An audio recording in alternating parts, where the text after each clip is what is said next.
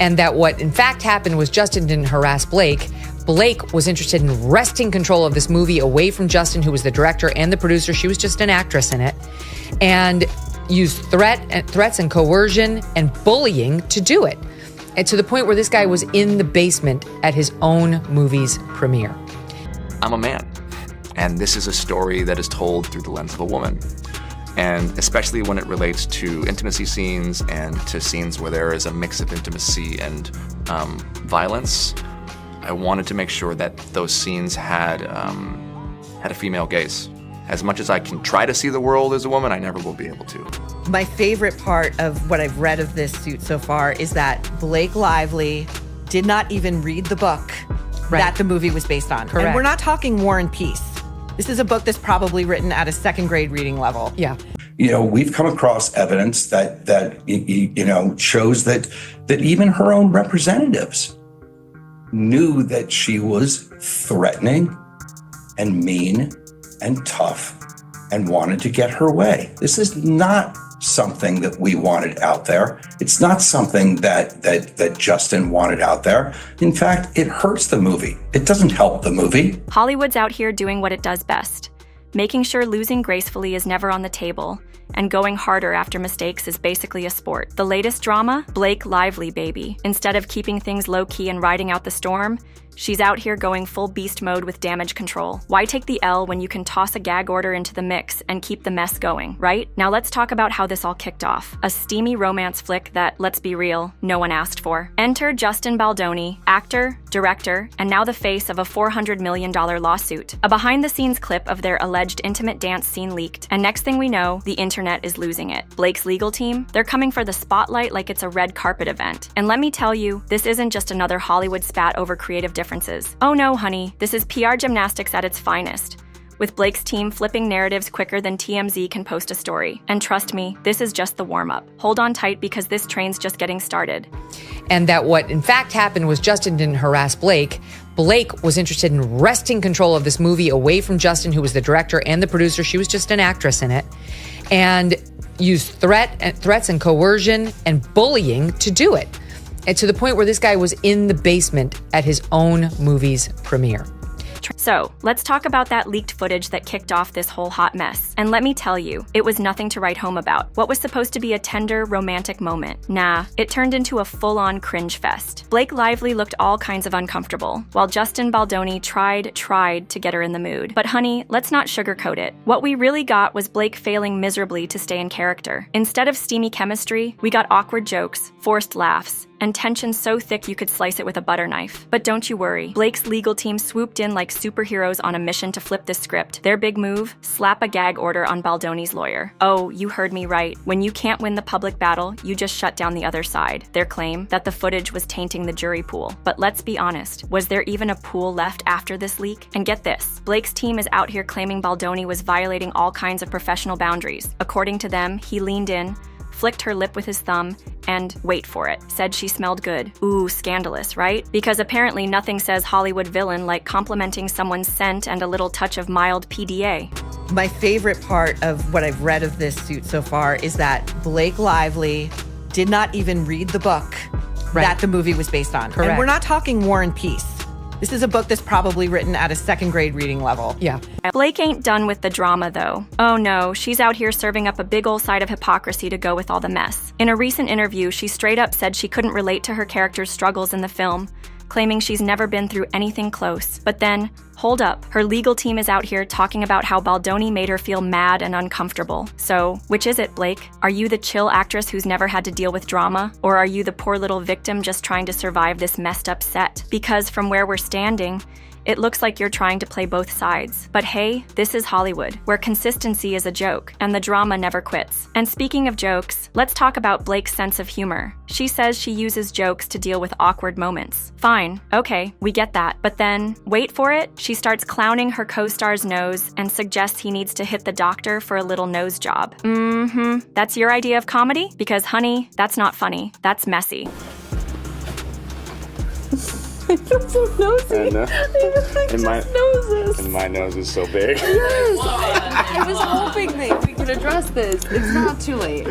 Just gotta shut down. We gotta call an insurance month and just deal with that. Yeah. And then, Cut. just kidding. Of course, Blake had to hit us with that classic Hollywood movie. Just kidding, because nothing screams authenticity like making someone the punchline and then backpedaling when it doesn't land the way you wanted. But let's keep it real. Blake's humor wasn't just bad, it was straight up disruptive. In that leaked footage, she's all over the place, laughing nervously, breaking character, and avoiding any real intimacy like it's a bad ex coming to dinner. Meanwhile, poor Justin Baldoni, bless his heart, is out here trying to keep the scene from falling apart, only to be painted as the villain. It's like Blake's out here rewriting the entire on-set professionalism playbook in real time. But just when you thought the legal mess ended with the gag order, nah, it gets juicier. Blake's team isn't just sitting pretty. They're throwing shade at Baldoni like he's the next Hollywood supervillain. According to them, he was out of character. As if staying in character is easy when your co-star is turning the set into a comedy roast. But here's the real tea. The gag order, it's not just about silencing Baldoni's lawyer. Nah, it's about controlling the narrative. Blake's camp knows that the more this footage circulates, the harder it'll be to spin her as the victim. And let's be honest, in the court of public opinion, perception is everything. And this is one Hollywood script they can't fully control. And, speaking of control, there's the delicious hypocrisy. Now, Blake's team is out here comparing Baldoni's behavior to workplace harassment.